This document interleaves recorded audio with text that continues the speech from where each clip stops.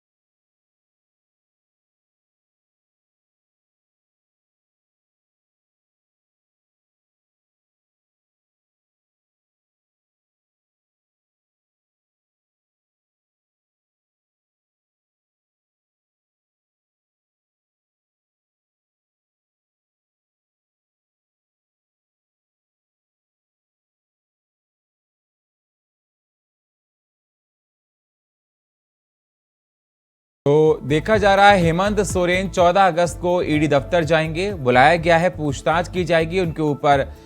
सेना जमीन के खरीद और तमाम तरह के आरोप हैं। लगातार झारखंड मुक्ति मोर्चा इसको लेकर बीजेपी पर प्रहार कर रही है। झारखंड मुक्ति मोर्चा का कहना है कि बीजेपी के कहने पर ही, केंद्र सरकार के कहने पर ही ईडी ये काम कर रही है। ऐसे तमाम आरोप लगाए जा रहे हैं। और इस साल राज्य में विधानसभा के चुनाव हैं और ईडी की कार्रवाई क्या कुछ इशारा करती है, और इस प्रकार से दहलीज पर जब चुनाव खड़े हैं तो इसके क्या मायने लगाए जाएं। चर्चा करने के लिए हमारे साथ प्रदीप सेना, प्रवक्ता भारतीय जनता पार्टी के, हमारे साथ जुड़ चुके हैं। सुशांतु मुखर्जी, नेता मासस, हमारे साथ जुड़ चुके हैं। हमारे साथ डॉक्टर इंदुकांत दीक्षित, वरिष्ठ पत्रकार, हमारे साथ जुड़ेंगे। और थोड़ी देर में हमारे साथ फिरोज खान जुड़ेंगे, नेता कांग्रेस। जुड़े हुए मेहमानों का मैं स्वागत करना चाहूंगा। सबसे पहले मैं भारतीय जनता पार्टी के प्रवक्ता प्रदीप जी आपके पास आना चाहूंगा। प्रदीप जी, जिस प्रकार से देखा जाए ईडी की कार्रवाई के बाद हेमंत सोरेन के घबराए हुए हैं। झारखंड मुक्ति मोर्चा का यह कहना है कि केंद्र सरकार बदले की भावना पे कार्रवाई कर रही है। जो ईडी ने कार्रवाई की है वो केंद्र सरकार के कहने पर की है। जो विपक्षी, जो आपके विधायक हैं, उनके यहां कभी भी ईडी कोई कार्रवाई नहीं करती। देखिए, जैसी करनी वैसी भरनी। अगर चोरों को बिठा रखा था इन्होंने महत्वपूर्ण पर, और वो चोर अपना काम कर रहे थे। रांची के डीसी जिनके खिलाफ तत्कालीन दक्षिण छोटानागपुर के आयुक्त ने फाइल भेजी थी कि कुछ गड़बड़ी हो रही है, इसकी जांच की जानी चाहिए। तो वो फाइल दबाकर मुख्यमंत्री बैठ गए, उस पर कोई अपना मंतव्य भी नहीं दिया, न उसको वापस किया। तो मनसा समझी जा सकती है कि बचाने की कोशिश क्यों की जा रही थी और आज पीड़ा क्यों हो रही है इनको कि वो सभी लोग पकड़े जा चुके हैं। और जाहिर तौर पर जब ईडी पूछताछ की होगी उनसे तो कुछ न कुछ तो उगला होगा उन्होंने। और आज उसी क्रम में अगर मुख्यमंत्री को बुलाया गया है 14 तारीख को, तो घबराने की आवश्यकता नहीं है। अगर मन में कोई पाप नहीं हो, सांच को आंच क्या कहा जाता है, अगर कोई घबराहट कुछ छुपाने को नहीं है तो जाइए, साफ मन से जाइए और बता के आइए जो वो पूछते हैं। क्योंकि आप मुख्यमंत्री हैं राज्य के, आपके पास बहुत सारी सूचनाएं आती होंगी, इंटेलिजेंस विभाग की आती होंगी, केसीबी के लोगों ने कुछ सूचना दी होगी, तो वो सूचनाएं साझा कीजिए ईडी के साथ। क्योंकि जो लोग पकड़े गए हैं, अगर उन्होंने राज्य का हित किया है, आप अगर ऐसा मानते हैं कि आप झारखंडी हितों के संरक्षक होने के नाते आज मुख्यमंत्री की कुर्सी पर काबिज हैं, तो आप उन लोगों का नाम बताइए ना जिन लोगों ने इस राज्य को लूटा।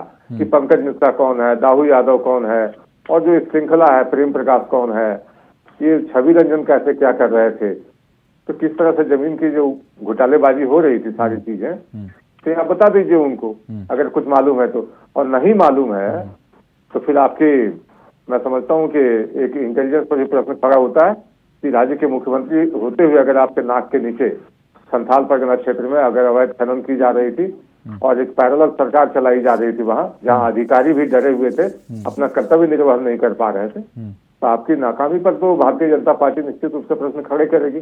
लेकिन जहां तक प्रश्न है आरोप लगाने का कि भारतीय जनता पार्टी अस्थिर करने का प्रयास करती है, तो इनसे पूछिए जरा कि जिस तरह से इन्होंने सरकार चलाया है अब तक 3.5 साल में, और जिस तरह से इनको कार्रवाई करनी चाहिए थी सारी चीजों पर जो आज संज्ञान में आया है, जिसकी अवैध खनन हो रहे थे, जमीन की लूट हो रही थी, ये कार्रवाई तो राज्य सरकार को करनी चाहिए थी। आप अपना काम भी नहीं करेंगे, और अगर केंद्र सरकार वो काम करे, राज्य हित में कर रही है केंद्र सरकार कि चोर पकड़े जा रहे हैं, तो आपको पीड़ा हो रही है। हमारे साथ वरिष्ठ पत्रकार इंदुकांत दीक्षित भी जुड़ चुके हैं। सर, स्वागत है आपका। मैं आपके पास आऊंगा। सुशांतो जी, मेरी आवाज सर आपको मिल रही है? सुशांतो जी, इस प्रकार से प्रदीप सिन्हा ने कहा कि उनको डर किस बात का है? अगर उन्होंने कुछ करा नहीं तो डरना नहीं चाहिए, और उनके नाक के नीचे अगर कुछ गड़बड़ हो रहा है तो जिम्मेदारी किसकी है? जी देखिए, माननीय मुख्यमंत्री जी हेमंत सोरेन नहीं डरेंगे, क्योंकि वो सिद्धू कानू का वंशज है। वो लड़ाई से आए, संघर्ष से आए हैं, ऐसे नहीं आए हैं। आज जो सत्ता में है इसके लिए बहुत कुर्बानी दी है 3 करोड़ का इस वंशज ने। नहीं पता है, जान लेना जरूरी है। और बता 3 करोड़ का संघर्ष, 1 मिनट बता रहे बस थोड़ा सा सुन लीजिए प्रदीप। ऐसा है कि बीजेपी भ्रष्टाचार की बात ना करे, जांच करा दे अपनी गठबंधन जांच कमेटी से, कोई दिक्कत नहीं, लेकिन जांच की बात नहीं करनी चाहिए। क्योंकि आपने देखा होगा 27 जून को देश के प्रधानमंत्री भाषण देते हैं कि अजीत पवार 70,000 करोड़ रुपए की दोषी है, उन पर इतने भ्रष्टाचारी है, और 2 जुलाई डिप्टी सीएम बन जाते हैं। वही पार्टी है ये भारतीय जनता पार्टी। याद है असम के मुख्यमंत्री खदेड़े जाते थे, उसको दौड़ाए जाते थे। झारखंड का जवाब दीजिए, पूरा दुनिया। 1 मिनट थोड़ा सुन लीजिए। जब प्रधानमंत्री ईडी आती है तो सेंटर की बात होनी चाहिए। 1 मिनट बताते हैं। तो ले लिए उसको मुख्यमंत्री बना दिए, भ्रष्ट, डेली गाली, डेली उसके घर में ईडी, डेली सीबीआई, मुख्यमंत्री बना दिए। हम तो कहते हैं कि यहाँ के आईएएस जितने थे सब बीजेपी ज्वाइन कर लेते, अब बढ़िया बढ़िया जगह पोस्ट भी रहते, कोई अंदर नहीं जाते। ठीक है सर। 1 मिनट ठीक नहीं है, सुन लीजिए, थोड़ा सुनना है। इतना परेशान ना, हम लोग भी थोड़ा बोलने जवाब नहीं देंगे। तो ये जो है, हमें लगता है कि बीजेपी अपनी भ्रष्टाचार के लिए पूरे देश में, दुनिया में जाने जाएंगे। ये टोटली देखिए, बंगाल में सारे भ्रष्टाचारी को ले लिए अपने साथ, असम में सर सर झारखंड की बात करो ना सर। अरे झारखंड में झारखंड की बात कीजिए सर, दुनियादारी की बातों में क्या पड़े हो सर आप? हम डिबेट कर रहे हैं झारखंड पे, आप आसाम की बात कर रहे हो। अच्छा एक चीज बता रहे, आप 70 साल में जा सकते हैं लेकिन हम एक दूसरे स्टेट में जा सकते हैं, ये तो गजब है। आप थोड़ा सा जिक्र कर सकते हैं, लेकिन सर जिस टॉपिक पर डिबेट है ना सर, उस पर बोलिए। अभी प्रस्तुत है यहाँ 100 करोड़ की घोटाले, वो उनके विधायक रहने के कारण उनकी सदस्यता नहीं गए, जांच हो रही है। ठीक है, ठीक है। मेरे साथ फिरोज खान जी जुड़ चुके हैं, नेता कांग्रेस के हमारे साथ जुड़ चुके हैं। फिरोज जी आवाज आ रही है सर? दिक्कत आ रही है, बात चलिए आ रही है आवाज। ठीक है फिरोज जी, प्रदीप सिन्हा जी का कहना है कि अगर हेमंत सोरेन ने कुछ गलत नहीं किया, गड़बड़ नहीं किया, तो उनको डरने की क्या जरूरत है। लेकिन सवाल मेरा इस बात का निकलकर सामने आ रहा है, उनकी नाक के नीचे जो 11 अधिकारी थे और ईडी के शिकंजे में हैं। मैं सुनील जी, प्रदीप जी से पूछना चाहता हूँ, हेमंत सोरेन जी अगर इनके मोदी जी से डरते, अमित शाह जी से डरते, तभी तक बीजेपी के पाला में जाकर बैठ जाते। जैसे शिंदे डर करके शिवसेना को तोड़ने का काम किया, और एनसीपी के जो डिप्टी सीएम बने हैं, आप जानते होंगे किस तरह से बनाया गया, उनको डरा डरा के बनाया गया है, ईडी सीबीआई सीडी के माध्यम से। झारखंड में नहीं चलेगा प्रदीप जी, ये झारखंड के लोग हैं। हम लोग अभी मैं आ रहा हूँ, आज आदिवासी विश्व दिवस है आदिवासी भाइयों का, और झारखंड के झारखंडी जो डरने वाले नहीं है। मैं झारखंड में रहता हूँ, मैं भी झारखंडी हूँ, और बीजेपी लाख कोशिश कर ले, हम लोग डरने वाले नहीं है। सरकार पूरा 5 साल चले, आप बताइए निशिकांत दुबे के पास ईडी सीबीआई क्यों नहीं जाता है? आज 14 सांसद है झारखंड में, 14 में 12 सांसद जवाब दीजिए प्रदीप जी बीजेपी के हैं। लेकिन सरना कोड एक मिनट सुन लीजिए, सरना कोड को अभी तक लागू इन लोगों ने क्यों नहीं किया? प्रदीप जी जवाब दीजिए। आदिवासी अल्पसंख्यक को लोग नीचे देखते हैं। और मैं कहना चाहता हूं प्रदीप जी से, लक्ष्यधार बातों से अब नहीं चलेगा। देश की जनता सब कुछ देख रही है, और 3.25 करोड़ झारखंड की जनता। प्रदीप जी मेरी आवाज मिल रही है सर आपको? आदिवासी जैनी बोधी सब देख रहे हैं। आप लोगों ने हमेशा आदिवासी का अपमान करने का काम किया है। शिबू सोरेन जब थे मुख्यमंत्री, उनको भी डराना चाहिए कि आपको जेल भेज दिया जाएगा, आपको ये कर दिया जाएगा। आज 4.25 साल में इन लोगों ने 50 बार से भी ज्यादा सरकार गिराने का कोशिश किया है। लेकिन झारखंड का आदिवासी भाई, आदिवासी एमएलए हो चाहे गैर आदिवासी एमएलए हो, कांग्रेस का कोई भी बिकने का काम नहीं किया है। और मैं कहना चाहता हूँ प्रदीप जी, आप भूल जाइए, आने वाला समय 14 लोकसभा अभी सर आपके 11 अधिकारी फिरोज जी, 11 अधिकारी, छवि रंजन, अमित अग्रवाल, तमाम लंबी फहरिस्त बनी हुई है, सारे ईडी के शिकंजे में फंसे हैं। आप कह रहे कोई गलत कार्य नहीं हुआ, कैसी मजाक करते हैं सर आप? जो मोदी अमित शाह जी का बात नहीं मानेगा, जो निशिकांत दुबे का बात नहीं मानेगा। अरे सर मोदी अमित शाह की इसमें बात कहां से आ गई फिरोज जी? मोदी अमित शाह की बात कहां से आ गई, जरा मुझे बताइए। आप कह रहे कुछ गड़बड़ नहीं हुआ, कुछ नहीं हुआ, उनके कहने से होता है। जो अधिकारी है, सीएम साहब की जिम्मेदारी नहीं बनती क्या कि उनके नाक के नीचे क्या हो रहा था? नहीं, जो गलत करेगा वो जेल जाएगा, जो झारखंड में लूटेगा, झारखंड में भ्रष्टाचार करेगा। देखिए अग्रवाल जी को, और दूसरा अगर बीजेपी का मुख्यमंत्री होता झारखंड में, वो कभी नहीं कहता कि अग्रवाल मेरा दोस्त है। इंदुकांत जी आवाज मिल रही है सर? अग्रवाल मेरा दोस्त है, दोस्त अगर चोर है तो जेल भेजो, फांसी में लटका दो। हम लोग किसी को बचाने वाले नहीं है। लेकिन ये भाजपा के लोग अपने सर बचाने की बात नहीं हो रही सर, बचाने की बात नहीं हो रही सर। सरकार में आप हैं, मुख्यमंत्री हैं, अगर आपके नीचे घोटाले और भ्रष्टाचार होते हैं तो नैतिक जिम्मेदारी आपकी बनती है कि उन घोटालों को रोका जा सके। आप उनसे भाग नहीं सकते सर। अरे घर में जैसे 5 बच्चा होता है, कोई आईएएस होता है, कोई डॉक्टर होता है, कोई लुटेरा होता है। अरे सर घर से आप कंपेयर मत कीजिए राज्य को, घर से कंपेयर मत कीजिए राज्य को। इंदुकांत जी आवाज मिल रही है सर? जी मिल रही है सर। आपने सुना फिरोज जी को? जो ठीक है, ठीक है, ठीक है फिरोज जी। इंदुकान जी, आपने सुना? जी जी बिल्कुल। जवाब दीजिए सर जल्दी से।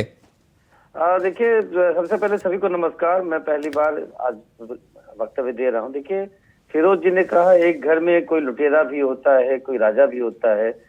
मैं अपने वक्तव्य के बाद चाहूंगा कि वो बताएं कि मुख्यमंत्री को किस कैटेगरी में रखते हैं वो उस घर में, सोरेन परिवार में। क्योंकि उन्होंने अपने नाम से जमीन का लीज करवा लिया मुख्यमंत्री रहते हुए। बताइए फिरोज जी, किस कैटेगरी में है हेमंत जी?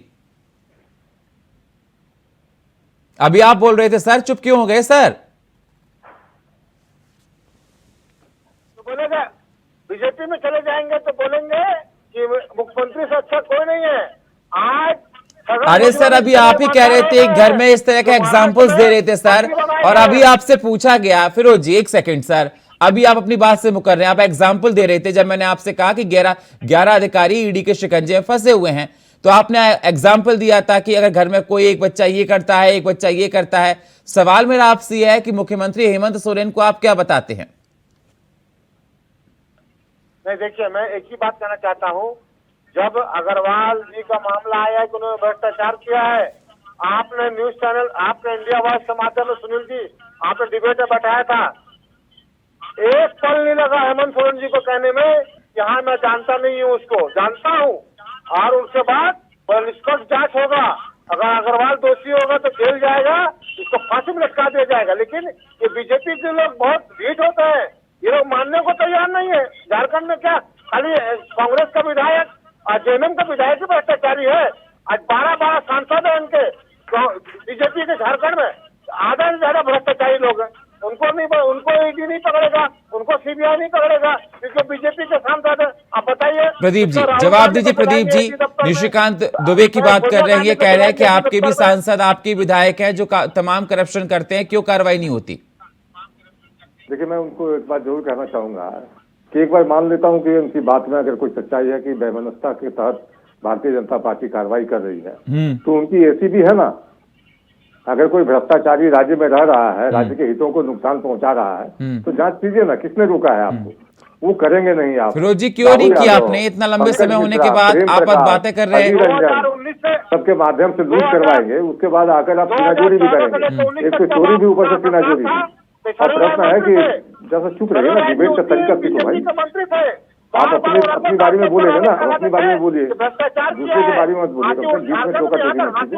प्रदीप जी बोलिए, प्रदीप जी आप बोलते रहिए। अरे इस तरह से थोड़ी होगा। आप ये बताइए, लगातार बोले चले जा रहे हैं। प्रदीप जी आप बोलिए, प्रदीप जी बोलिए सर। देखिए, अभी मैं सुन रहा था सुशांतो जी बोल रहे थे, उनको सुनने के बाद तो ऐसा लगा कि इनको गाय पर लेख लिखने बोलिए, आदतन ये सुअर पर ही लिखेंगे, क्योंकि गंदगी फैलानी है।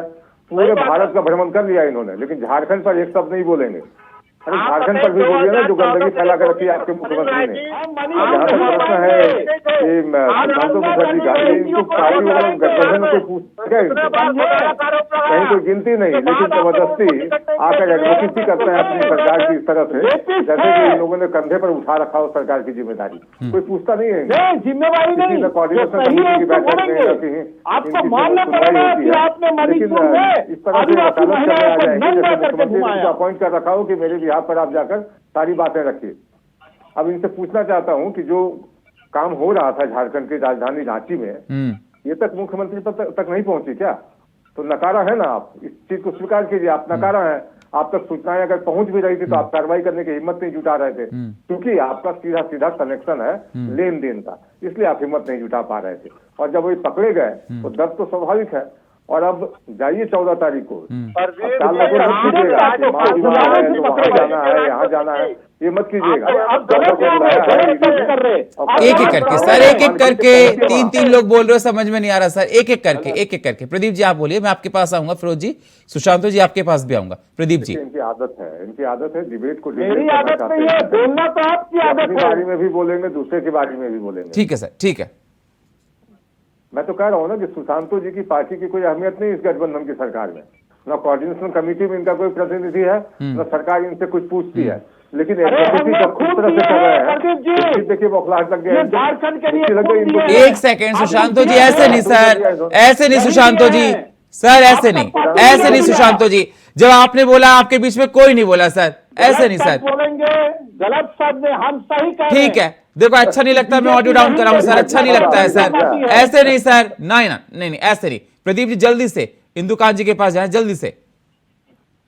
देखिए मिर्ची इनको लग जाती है, क्योंकि सच्चाई मैं बोल रहा हूँ तो इनको मिर्ची लग सच्चाई जाती में, है। हाँ आप सच्चाई बोल रहे, अरे झूठ बोलिए। अरे sir Sushanto ji please sir, please sir, ऐसे नहीं करते डिबेट में ना। मान न मान मैं तेरा मेहमान, हाँ, नहीं फिर भी भाई हम तो हैं आप तो सरकार के हिस्सेदार हैं। अरे आप जबरदस्ती सरकार के हिस्सेदार बने हुए हैं। ठीक है, बताइए ना, सुशांतो जी, ठीक है सर, ठीक है, ठीक है। बताइए कि मुख्यमंत्री ने किसी बैठक में आपको बुलाया हो, बता दीजिए आप। अरे अभी गए थे, राज्य में इतना क्राइम हो रहा है, कभी आपका एक प्रतिनिधि मंडल गया हो जो मुख्यमंत्री को जाकर बोला हो कि राज्य में इतनी हत्याएं, इतने बलात्कार हो रहे हैं, उसका रोक लगाइए। आप बताइए एक बार, हिम्मत है नहीं, वो चीज बोलेंगे नहीं आप। ठीक है सर, ठीक है, ठीक है। इंदुकांत जी मेरी आवाज अगर आपको मिल रही है सर बताइए, चुनाव से पहले ईडी की दोबारा से इस प्रकार से कार्रवाई क्या मायने रखती है, और आने वाले चुनाव में क्या उसका नुकसान होगा, किसको क्या फायदा होगा? सबसे पहले देखिए सुनील जी, इसको चुनाव से पहले की कार्रवाई नहीं माना जा सकता है, क्योंकि ये कार्रवाई पिछले वर्ष से चल रही है, तो ये डायरेक्टली आप ये अलेज नहीं कर सकते हैं। देखिए इसका महत्व क्या है, मैं सुशांतो दा और फिरोज जी को खासतौर से सुन रहा था, इन लोगों ने कहा कि तमाम तरह की चीजें हैं, बाकी लोगों के खिलाफ क्या हुआ। मैंने ये मुद्दा कल भी उठाया था आपके यहाँ कि लगता है कि अगर पार्शियलिटी सेंट्रल एजेंसीज कर रही हैं तो स्टेट एजेंसीज क्या सो रही हैं? 3.5 साल, 4 साल में उनके पास पूरा अधिकार है कानून व्यवस्था के तहत भ्रष्टाचार के खिलाफ कार्रवाई करने का। उन्होंने रघुवर दास जी के खिलाफ इन्होंने इतने आरोप लगाए थे, इनके तमाम मंत्रियों के खिलाफ आरोप लगाए थे, इन्हीं के साथ रहने वाले सरजू राय जी ने आरोप लगाए थे, क्या कार्रवाई की? ये निकम्मापन नहीं है। और अगर लगता है, जैसे कई बार आरोप सत्ताधारी लोग लगाते हैं कि प्रेम प्रकाश इनके समय ही दलाली करते थे, पूजा सिंघल इनके समय ही थे, तो आपने जैसे ही सरकार बनाई आपने कार्रवाई की होती कि देखिए रघुवर दास के प्रिय लोग थे, हमने कार्रवाई कर दी। लेकिन आप ये आरोप कब लगाते हैं? जब सेंट्रल एजेंसीज ने आप पे कार्रवाई की। तो इसलिए ऐसा लगता है कि आपके भी दामन साफ नहीं है। वास्तविकता ये है कि जनता ये बताएगी कि वो किसकी ईमानदारी को सच मानती है, किसकी बेईमानी को सच मानती है। ठीक है सर, मेरे पास समय इतना ही है। बहुत बहुत शुक्रिया आप सही मेहमानों का हमारे साथ चर्चा में जुड़ने के लिए। प्रदीप जी आपका, सुशांतो जी आपका, डॉक्टर इंदुकांत जी आपका, प्रदीप जी आपका, बहुत बहुत शुक्रिया। सवाल इस बात का ही है कि 14 तारीख को हेमंत सोरेन ईडी के दफ्तर जाएंगे, पूछताछ होगी, लेकिन लगातार जिस प्रकार देखा जा रहा है बीजेपी और झारखंड मुक्ति मोर्चा में आरोप प्रत्यारोप का दौर जारी है और चुनावी साल है, तो क्या आने वाले वक्त में इसके मायने लगाए जाएंगे और किस पर कितना असर पड़ेगा, ये देखने वाली बात होगी। और फिलहाल हमारे इस खास प्रोग्राम में इतना ही। बाकी खबरों के लिए आप बने रहिए इंडिया वॉइस के साथ। तब तक के लिए नमस्कार।